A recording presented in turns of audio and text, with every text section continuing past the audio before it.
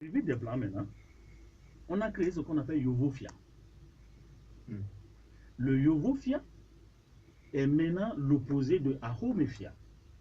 Donc Yovofia est devenu le roi chef moderne et Ahomefia politique. Oui, je vais aller là. Ça, très bien. Je suis très heureux que vous êtes projectionniste, vous êtes futuriste, et ça c'est bien. On a besoin de vous pour transformer les choses. Bon, maintenant, avec la naissance de yovofiaïsme, si vous voulez, ou bien de yovofiacratie, on a un problème. Et donc, quand vous lisez la thèse de Dr Bikui Bénisson, on a maintenant deux chefferies. Il y a ce qu'on appelle la chefferie administrative et la chefferie politique. Or, il fallait créer une nation. Et le colonialisme ne voulait pas créer une nation. Il ne voulait pas créer une nation. Il voulait un corps répressif et un regroupement social pour assouvir ses ambitions. Donc, le Yovofia a été coopté, on lui a donné tous les pouvoirs possibles au détriment du pouvoir naturel, traditionnel, ancien qui existait.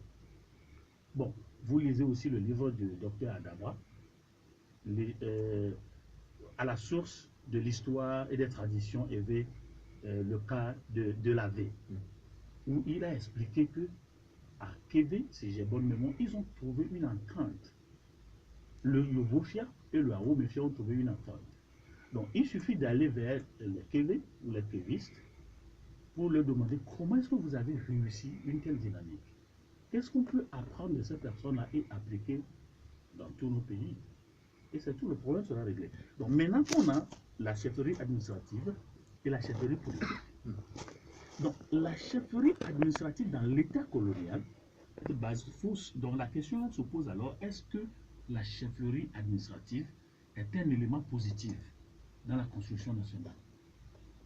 Donc, et comme on a coopté ça, on est parti de l'allemand, on est allé au français, et le légiste togolais indépendant, et il faut applaudir Papa Yadema qui n'y est plus, c'est lui qui a eu cette percée sociologique de rassembler le corps des chefs traditionnels. Vous avez la CNTT. Oui.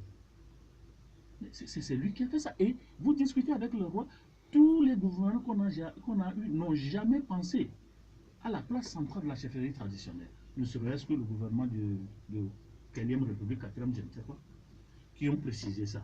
Et déjà, j'ai ça ici, il y a la loi numéro 2008-02 du 8 janvier 2007, relative à la chefferie traditionnelle et au statut des chefs traditionnels au Togo. On a bien précisé la désignation et l'intronisation du chef traditionnel obéissant aux us et coutumes de la localité.